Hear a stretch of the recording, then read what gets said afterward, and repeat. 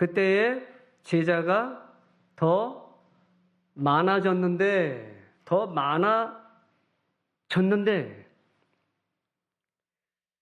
지금 성령의 능력으로 초대교회가 지금 날마다 부흥하는 그런 상태에 있는데 오늘 본문에 보면 위기가 발생합니다. 이 위기를 하나님이 기회로 바꾸시는, 그래서 하나님의 교회 일꾼을 세우시는 그런 장면이 오늘 본문의 장면이에요. 제자가 더 많아지고 믿는 자가 더 많아지고 교회가 부흥이 되는데 이때에 어떤 일이 생겼죠? 문제가 생겼는데요. 헬라파 유대인들, 또 히브리파 사람들, 뭐가 있어요? 파가 있어요, 파가. 헬라파가 있고 히브리파가 있고, 그래서 자기들의 과부들이 매일의 구제에 빠지니까 그만 무슨 일이 생겼는가 하면 원망하는 일이 생겼습니다. 그러니까 교회가 부흥이 되고 믿는 자가 더 많아지는 그때에 이렇게 원망하는 일이 생긴 거예요. 원망과 불평이 생겼습니다. 교회가 하나가 돼야 되겠는데 제1교회는 파가 있나요?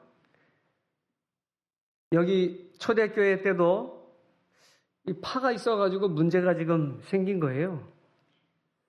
교회는 하나님의 은혜 가운데 하나가 되어져 나가야 됩니다. 그래서 교회를 잘 세워나가야 돼요. 구제하는 일. 제가 창광교회에서 어릴 때 자라났다고 했는데요. 그때는 굉장히 어려운 시기였기 때문에 지금은 생각할 수 없을 만큼 어려운 시대였기 때문에 미국에서 구제 보따리가 와요. 저는 어렸을 때 술래잡기를 구제 보따리 창고에서 그 헌옷들이 엄청 많거든요. 거기서 놀면서 자라났는데 근데 그 구제 보따리가 무슨 보따리라고 그러죠? 왜 나는 이런 것밖에 주지 않느냐? 왜 저 사람은 저 좋은 옷을 얻어 입었네? 구제 보따리가 마귀 보따리래요. 그 별거 아닌 것 때문에 서로 시험에 들고 원망하고 불평하는 일이 생겼습니다. 교회가 하나됨을 깨뜨리는 위기가 발생한 거예요. 우리 제1교회는 교회가 하나 되는데 이렇게 서로 잘 협력하고 파당 만들지 말고 이때 이제 사도들이 어떻게 했는가요? 2절에 보면 모든 제자들을 불러가지고 우리가 하나님의 말씀을 제쳐놓고 접대를 일삼는 것이 마땅하지 아니하니, 하나님의 말씀을 제쳐놓고 이 구제하는 일이나 재정 보는 일이나 봉사하는 이런 일들, 이런 일로 인해서 우리가 일삼는 것이 마땅치 아니하다. 그리고 이제 3절과 5절에 보면서 7명의 합당한 그런 직분자들을 세우는 내용이 나오고 있습니다. 그러니까 교역자가, 사도들이 해야 할 사명이 뭐라는 거예요? 하나님의 말씀, 4절에는요. 우리는 오로지 기도하는 일과 말씀 사역에 힘쓰리라. 이거 하라고 할 수 있도록 일꾼을 세웠다는 거예요. 교회의 본질이 이 말씀 사역인데 이것이 흔들리면 아무리 봉사를 많은 봉사를 하고 구제를 한다 할지라도 그것이 마땅치 아니하다라고 기록을 하고 있습니다. 그래서 이제 새로운 7명의 일꾼들을 세운 거예요. 근데 이 일꾼은 우리가 이제 담임 목사님이나 당회에서 이렇게 결정을 해가지고 일꾼을 세우지만 하나님이 세우신 일꾼이다. 하나님이 모세를 통해서 여호수아를 세운 같이 하나님의 종들을 통해서 당회를 통해서 하나님이 세우신 일꾼이다. 하나님이 세우셨기 때문에 하나님 뜻에 합당하게 사명을 잘 감당할 수 있도록 사도들의 해야 할 사명이 뭐예요? 말씀과 기도란 말이에요. 그래서 이 구제하는 일로 인해서 원망하는 일이 발생했기 때문에 이것이 마땅치 아니하다 하여 구제하는 일, 접대하는 일을 하게 하게끔 위하여 7명의 일꾼을 세웠는데 그조차 얼마나 참 자격이 어떤가요? 어떤 사람들을 세웠는가요? 3절에 보면 성령과 지혜가 충만한 사람, 칭찬받는 사람, 이 교회에 직분을 세우게 되는데 왜 이러한 사람들을 세울까? 왜 일꾼을 세워야 할 필요성이 있었을까? 이때가 언제였을까? 원망과 불평이 일어나고 교회가 흔들릴 때 이렇게 봉사와 섬김을 할 수 있도록 직분을 세우게 된 것입니다. 그래서 교회가 든든히 서도록 오늘 임직 받으시는 분들은 이 직분을 통해서 교회를 든든히 세워나가야 된다. 우리 고린도전서 10장 32절 좀 누가 읽어주세요. 고린도전서 10장 32절.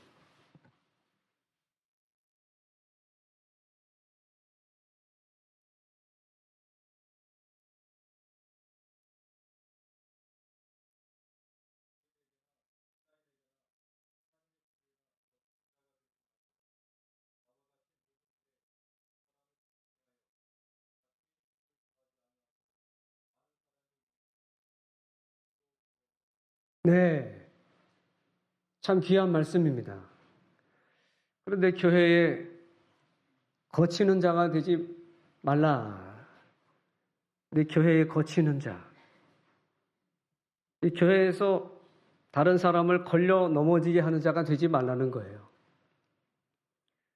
근데 장로가 되고 권사가 되고 집사가 되면 오늘 특별히 또 안수받고 새롭게 임직을 하게 되는데 이 초심을 잃지 말고 그 사찰 집사 아들 목사가 와서 하는 말이 다른 사람 걸려 넘어지게 하지 말라. 그거 한 가지 기억하시고 하나님이 세운 일꾼으로 합당하게. 그런데 교회에서 보면은 대부분이 다 실력 있고 능력 있는 분들이 이렇게 실수하는 때가 종종 있어요. 다른 사람 걸려 넘어지게 하는 거예요. 그래가지고 교회를 든든히 세워나갈 수 있겠어요? 교회를 든든히 세우도록 다른 사람에게 거치는 자, 걸려 넘어지게 하는 자 되지 말라고 이렇게 부탁을 드리고요. 이제 이 봉사하는 일, 이 섬김의 사역, 이걸 통해서 이제 하나님의 말씀, 이 말씀 사역, 또 하나님이 세운 우리 최 목사님 통해서 이렇게 귀한 복음의 사역을 감당하고 있는데 이 말씀 사역이 더욱 흥왕할 수 있도록 하기 위해서 그 7절에 보면 7 일꾼을 세운 그 결과가 나와요. 하나님의 말씀이 점점 왕성하여 갔다. 오늘 귀한 직분자들 임직 받으신 후에 말씀이 점점 왕성해 가지는 이런 제1교회가 되도록, 한 사람도 나 때문에 걸려 넘어가지 않도록, 뭐라고 우리 신약 성경에서 우리 예수님 말씀하셨죠? 차라리 어떻게 하라고요? 목에다가 뭘 걸고? 이 강대상보다 더 큰 연자 맷돌을 목에 매달고 깊은 바다에 빠치우는 것이 차라리 낫다. 그만큼 큰 죄라는, 그거 살아나올 수 있겠어요? 목에다가 돌덩이 달고 물에 빠지면 살아나올 사람이 하나도 없어요. 그만큼 한 사람이라도 나 때문에 시험 들지 않도록, 걸려 넘어가지 않도록 모든 면에 조심하고, 또 하나님의 말씀이 점점 왕성해 가도록, 그 다음에는 뭐예요? 제자의 수가 더 심히 많아져. 내가 임직을 받음으로 인해서 하나님이 세워주셨는데 말씀은 왕성, 제자의 수는 더 심히 많아지는 이런 귀한 사역 될 수 있도록 참으로 겸손하고 나보다 남을 더 귀히 여기고 교회가 든든히 세워져 나갈 수 있도록 거룩한 봉사의 일에 거룩한 봉사, 또 섬김을 통해서 하나님의 말씀이 점점 왕성케 되는 그런 역사가 있어야 되겠습니다. 자, 두 번째로는 하나님이 어떤 사람을 세웠다 그랬죠? 하나님이 세우시는 일꾼은 여기는 성령과 지혜가 충만하고 칭찬받는 사람, 또 5절에서는 믿음과 성령이 충만한 사람. 하나님이 세우시는 일꾼은 어떤 사람인가? 영적인 사람이다. 육신 중심, 물질 중심, 그 자기 자랑이나 하려고 명예 영광심이 아니라 하나님이 세우시는 일꾼은 영적인 사람이다. 육에 속한 사람이 아니라 영에 속한 사람이 돼야 돼요. 그래서 구체적으로 성령이 충만해. 지혜가 충만하고. 뭐 하는 사람들 지금 세우는 거죠? 구제하는 일 하잖아요. 매일의 구제에 빠짐으로 원망하는 일이 생기니까 우리가 7명을 택해서 안수하고 7명의 일꾼을 세우자. 이들이 해야 할 일이 뭐예요? 구제하는 일이에요. 재정 보는 일이에요. 그러면 회계 잘하는 사람 세워야 될 거 아니에요. 경영 잘하는 사람 세워야 될 거 아니에요. 그런데 오늘 성경은 성령이 충만한 사람을 세워야 된다. 성령이 충만한 사람. 자기 뜻대로 일하는 사람? 자기 뜻대로, 자기 고집대로, 자기 생각을 내세우는 사람? 성령이 충만한 사람일까? 성령의 인도와 감동, 하나님의 뜻에 민감한 사람, 하나님의 뜻에 순종하는 사람. 교회가 이제 원망과 불평이 여기 있었는데요. 그때 이 성령이 충만한 사람이 들어가면 불평이 있던 곳에 불평이 변하여 성령 충만한 역사를 통해서 불평이 화평으로 변하는 거예요. 어떤 사람은 그 사람만 가면 싸움이 일어나는 거예요. 별나요, 참. 그 사람만 가면 어떻게 싸움이 일어나? 되겠어요? 그런데 어떤 사람은 그 사람만 가면 다 화목하게 되고 하나님 더 가까이 하게 되고 기도하게 되고, 그게 성령이 충만한 사람이에요. 불평하는 사람은 내내 불평해요. 목사들은 안 그럴까요? 목사님들도 제가 총회 좀 선무서기 일을 오래 하다 보니까 우리 목사님들 많이 접하는데 목사님들도 불평하시는 분이 계세요. 그럼 그분하고 얘기하면 항상 뭐 불평해. 저는 이제 총회 입장에 서서 이렇게 일을 하니까 좀 그래도 대화를 잘 부드럽게 해 나가는데, 그런데 항상 원망하고 불평하는 거예요. 총회에 대해서도 불평하고 원망하고. 이게 성령이 충만한가? 참 부끄러운 일이에요. 성령이 충만하다면 교회에서 큰 소리 나갔어요?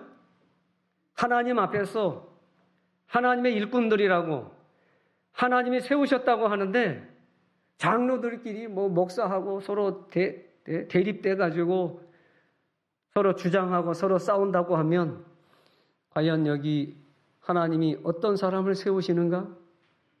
영적인 사람을 세운다고 했는데 영적인 사람이 맞나? 성령 충만한 사람이 맞나? 요새 목사도 세상에서 욕먹는 시대가 돼가지고 목사입니다 하고 말하기도 부끄러운 시대가 되지 않았나. 아니, 성령 충만하고 하나님을 경외하면서 하나님의 종으로서 사명을 감당한다면 얼마나 겸손하고 얼마나 순종하고, 근데 자기 주장, 자기 뜻대로 나아가는 일이 많단 말이에요. 오늘 우리 임직자님들 뿐만 아니라 우리 모든 성도들이 다 성령 충만한, 그래서 자기 뜻, 자기 주장 다 내려놓고 과연 하나님의 뜻이 뭘까? 기도하면서 하나님의 뜻을 찾는 거예요. 우리 사도들이 말한 것처럼 하나님의 말씀이 왕성해지도록 이렇게 우리가 일처리를 하면 우리 담임 목사님이나 또 우리 교회가 추구해야 할 이 말씀 운동, 복음 운동이 왕성해지는가? 한번 생각해 보고 결정을 하는 거예요. 성령의 인도와 감동을 따라가는 참으로 겸손한 순종의 그런 사람. 그 다음에는 지혜가 충만한 사람이라 그랬습니다. 지혜가 충만해야 돼요. 그래서 싸우고 있는 사람들도 그냥 다 화 풀어주고 이야기 들어주면서 좋게 해결이 되도록. 안 믿는 사람들은 술 마시면 다 풀어진다고 하는데 예수 믿는 사람들은 술을 안 마시기 때문에 이 풀어지기가 어려운 거예요.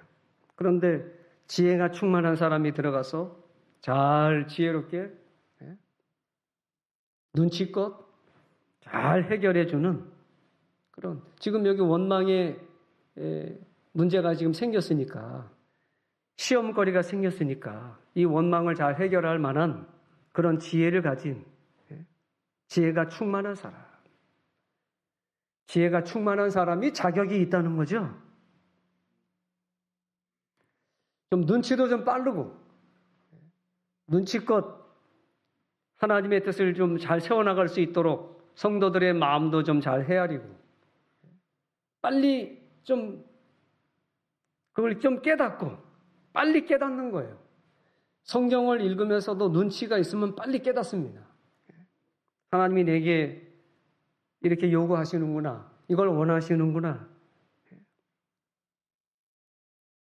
예전에 제가 주례를 맡아가지고 이제 주례를 서게 됐는데 토요일 날 결혼식이다 보니까 산에서 이제 주일 준비하느라고 기도하고 등산화를 신었죠. 그래도 양복은 잘 챙겨서 금요일 날 준비를 해서 차에 싣고 갔기 때문에 주례해야 되니까 그래서 결혼식장으로 가서 주례를 서려고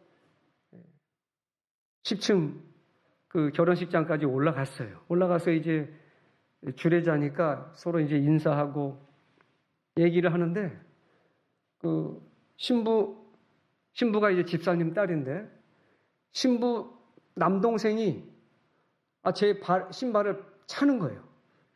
지금도 그게 일부러 찼는지 실수로 찼는지는 몰라요. 그런데 그때 딱 제가 깨달았단 말이에요. 뭘 깨달았느냐? 등산화를 신고 올라갔어요.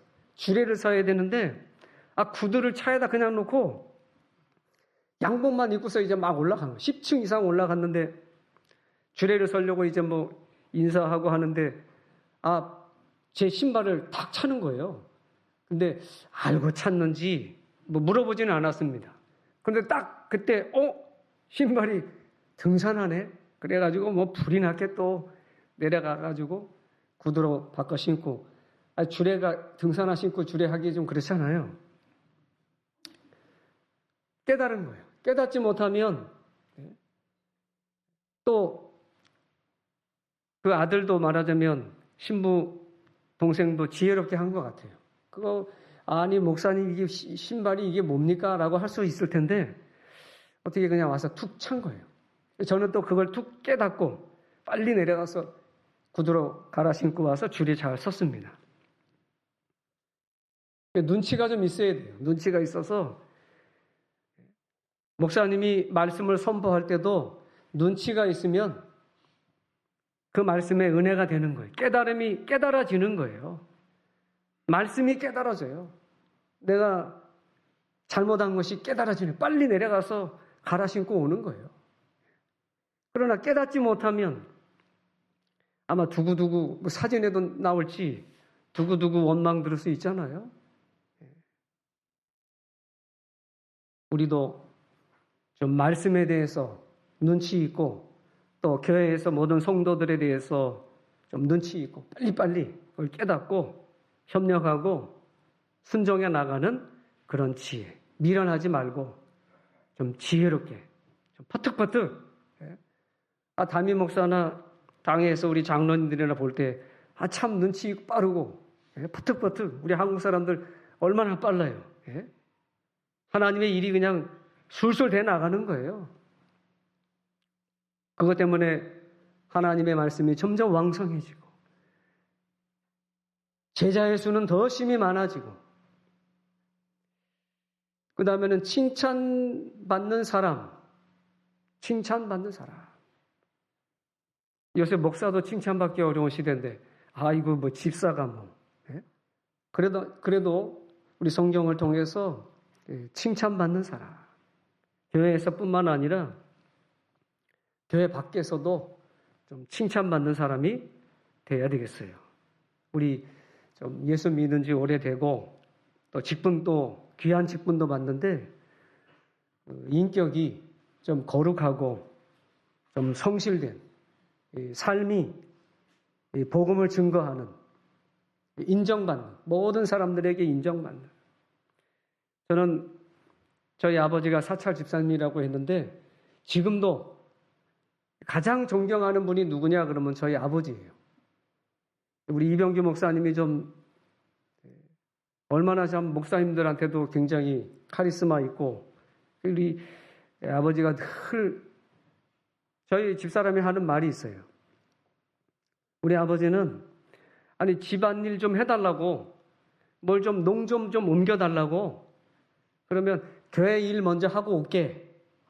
그 교회 일 먼저 하고 오시는 분이에요. 근데 당시에 또 신학교가 있었기 때문에 우리 신학생들 또 여자 신학생들 또 어려운 시대였기 때문에요. 저희 집에서 식사도 막 같이 하고 설거지도 많이 해주고 목사님들도 뭐 그때는 이제 일하면서 신학 공부를 하던 시대니까요.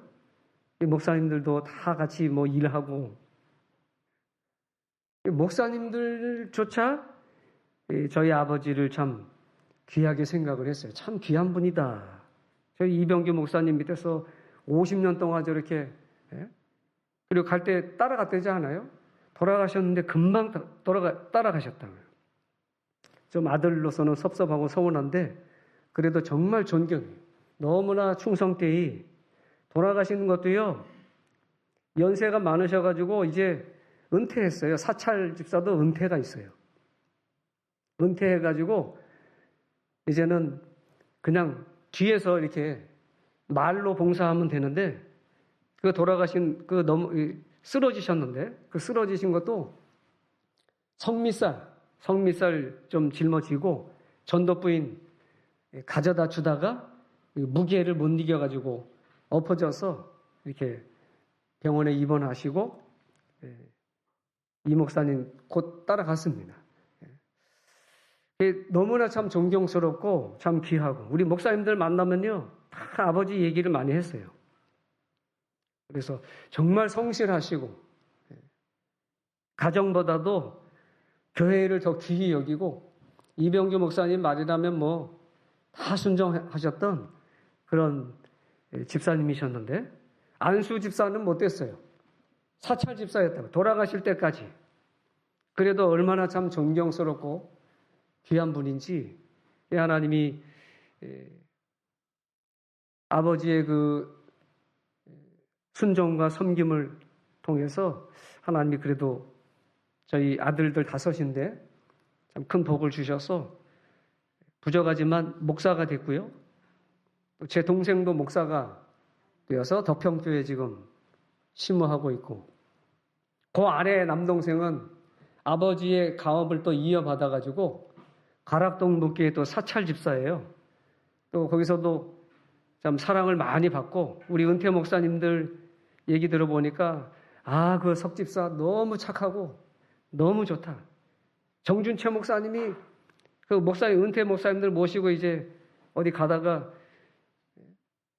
다시 이제 휴게소에 들렸다가 목사님들 타가지고 한참 가는데 정준채 목사님이 핸드폰을 휴게실 화장실에다 놓고 왔다는 거예요. 그러면 화가 날 거 아니에요? 차 돌려가지고 그 가서 또 화장실에서 핸드폰 찾아가지고 가져오니까 임태교 목사님이 야 이런 집사 난 또 처음 봤다. 칭찬을 하시더라고요. 아버지의 가업을 그 순종을 배운 것 같아요. 참 그래서 우리 임직하시는 집사님들 참 더 많이 순종하시고 더 많이 섬기시고 보통 안수받고 또 장로 되면 우리 장로님들 계신데 장로 되면 솔직히 좀 자세할 수 있어요. 그러나 더 겸손하고 겸손의 그런 인격을 좀 가지고 이렇게 이 직분을 충성되이 잘 감당해 나가는 그런 귀한 직분자들이 되시기 바랍니다. 마지막으로 이제 일꾼을 세운 결과가 어떻게 됐느냐? 우리 살펴본 것처럼 말씀이 점점 왕성해졌다. 일꾼의 헌신은 말씀의 부흥을 가져온다. 교회의 부흥을 가져온다. 사도들은 말씀 전하는 일, 기도하는 일, 전무하게 됐잖아요. 힘쓰게 됐잖아요. 우리가 서로 교역자에 대해서 우리가 장로 임직할 때 보면은 늘 아론과 훌 성경 이야기를 말씀을 증거하는 경우가 많은데 교역자에 대해서 잘 존중하고 또 협력하고 도와나갈 때 말씀이 점점 왕성해졌던 제자의 수가 더 심히 많아졌던 그 다음에 나오는 것이 허다한 제사장의 무리도 이 도에 복종하니라. 그 당시 제사장은 복음을 완강하게 거부했던 무리들이에요. 구약시대 제사장들이니까 예수 그리스도에 대한 복음, 십자가, 부활, 이 제사장들은 거부했단 말이에요. 그런데 그 허다한 제사장의 무리도 이 도에 복종하니라. 주님께 돌아왔다는 거예요. 이건 큰 은혜고 큰 기적입니다.